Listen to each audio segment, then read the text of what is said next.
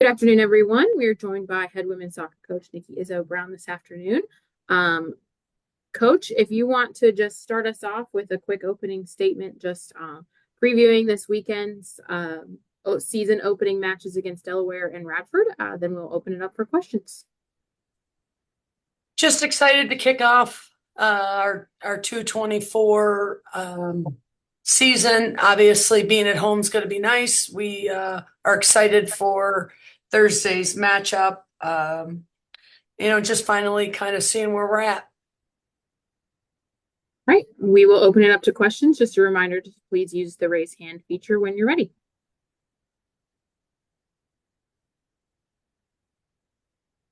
All right, Michael Griffith, you can start us off. Thank you. Appreciate that. Hey, Coach, how's it going? Just kind of going off of that, talked about the two first games. Can you just talk about your guys' schedule this year? And obviously, you guys play one of the tougher schedules every single season in the country, but just talk about this season and what went into building the schedule.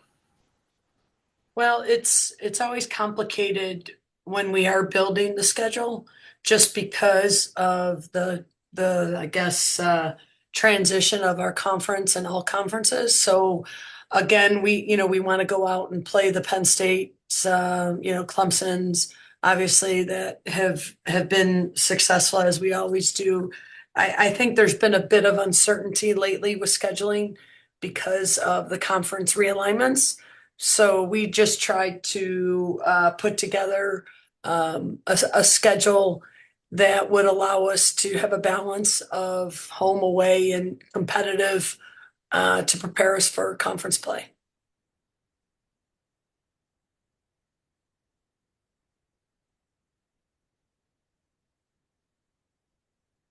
Kevin Kinder, you can go ahead. Hey, Coach, how you doing? Good, how are you? Oh, not bad. So following up on that, on building the schedule, is that something that coaches in the conference, are talking about with the way that, those kind of things are going to play out in the future and how those are going to work? Or is it just still like so many other things, we got to see what shakes out?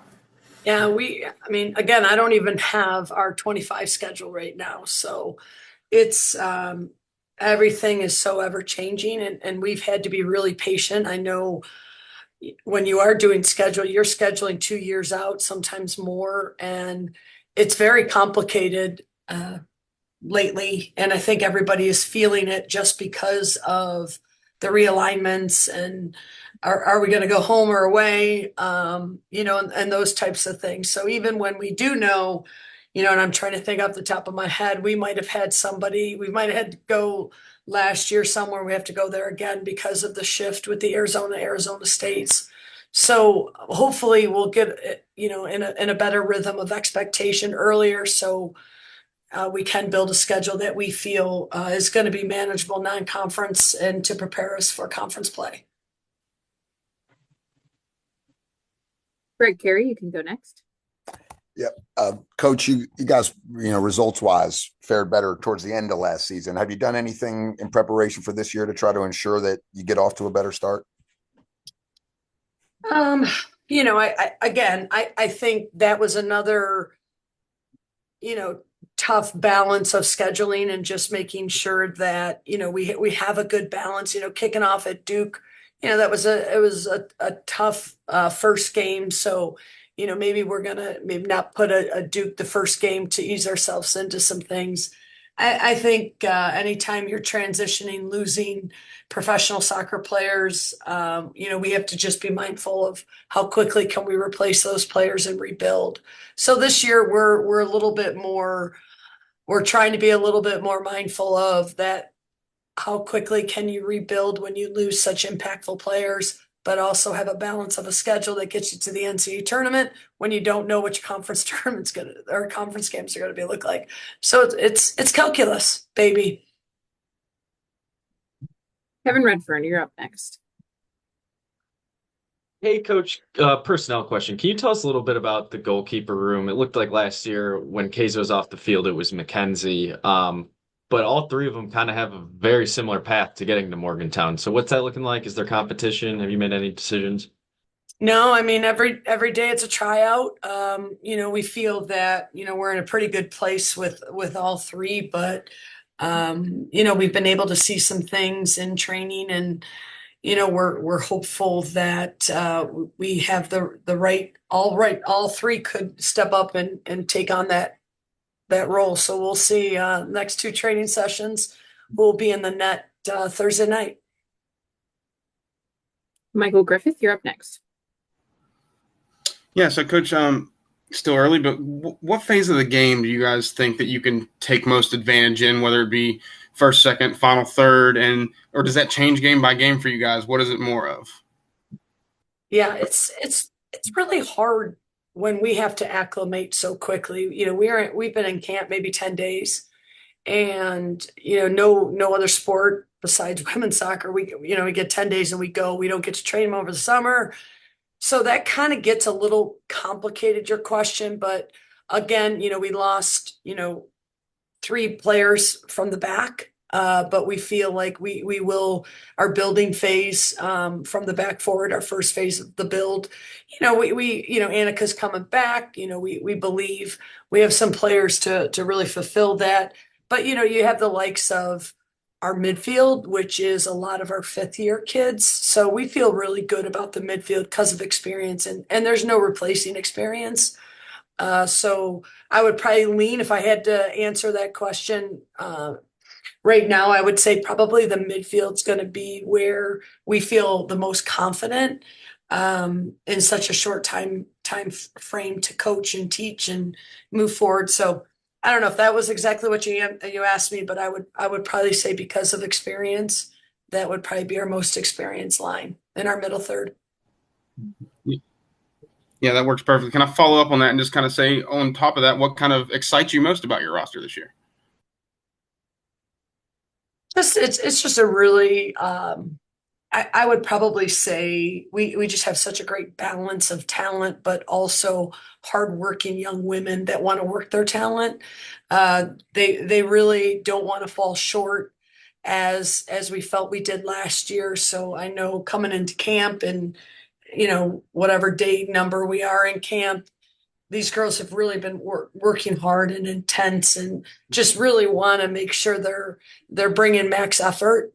So that's been the most exciting because there's no substitute to work. So that's been nice. The next question will come from Kevin Redfern. Coach, AJ getting some love in the Big 12 preseason all-conference team. Can you just tell us a little bit where she's at going into this year, and kind of personality-wise, can you explain her a little bit? Oh, that's I'm giggling because to explain AJ, the kid is a soccer talent. She has a high soccer IQ. So when you watch AJ and as we study AJ, she's a kid that rarely makes the wrong pass, where some kids you have to say, hey, look at, you know, right decision, bad execution. With AJ, it's usually right decision, right execution. Or so AJ is definitely a soccer mind and somebody that we have a lot of faith in with her decision making. She is a kid that just is enthusiastic and passionate about the game and sees the game at the high level. Very kind individual. She stayed here all summer to definitely impact and be more impactful than she was last year. I think it was her third year here where she scored 4 goals in that season when we won the Big 12. So I know she wants to be more productive in that final third, scoring goals. Kevin Kinder, you can go ahead. But you knew you weren't going to get away without a transfer portal question. Uh, Baseball program the last couple of years been really good. Built a lot of their success on players from the portal. Football looks like that is ramping up. What are the keys for you when you are in the transfer portal, other than just good players? Are there a couple things you try to hone in on? And have you talked to any of the other coaches here about, hey, how are you managing this process? Well, I mean, first and foremost, I'm embracing it. And, as this is going to be my 29th season, and I have to embrace change. And the transfer portal is here to stay, and it's been something that we took very serious going in, and making sure that we're talking huge about character. And then are they a tier one competitor? Do they want to get better? Do they want to compete? So I think a lot of it's probably that emotional piece. Video, you can see the technical, tactical. So I think we're just really trying to find a balance of, yeah, there's talent, but there's talent of how hard you want to work and compete. And then there's what kind of character are you as a human being? And are you a good teammate? And do you want to be not only the best player you could be, but also a teammate in person? In evaluating those things, the kind of the intangibles that you're talking about, how important is it to get them on campus? Really important. It's really important. And again, nobody can be perfect with the emotional intelligent piece, but having them on campus and really trying to spend that time looking them in the eye and asking them some hard questions. And then on the flip side of it, that's a huge opportunity for us to gain that knowledge, but just really putting the work in, understanding, why might they be leaving, and what kind of character of why they're leaving, and what kind of character will they bring, talking to club coaches, talking to anybody that might have any kind of encounter with them. All right. And our final question this afternoon will come from our iPhone. I'm sorry, I don't have your name. Oh, it's me. Oh, Sorry, it's Andrew. I don't know why I didn't show up. Figures, That's Caridi. hilarious. It I know, figures. right? That fits. Well, best for last, right? You're like the Taylor shadow, White- dude.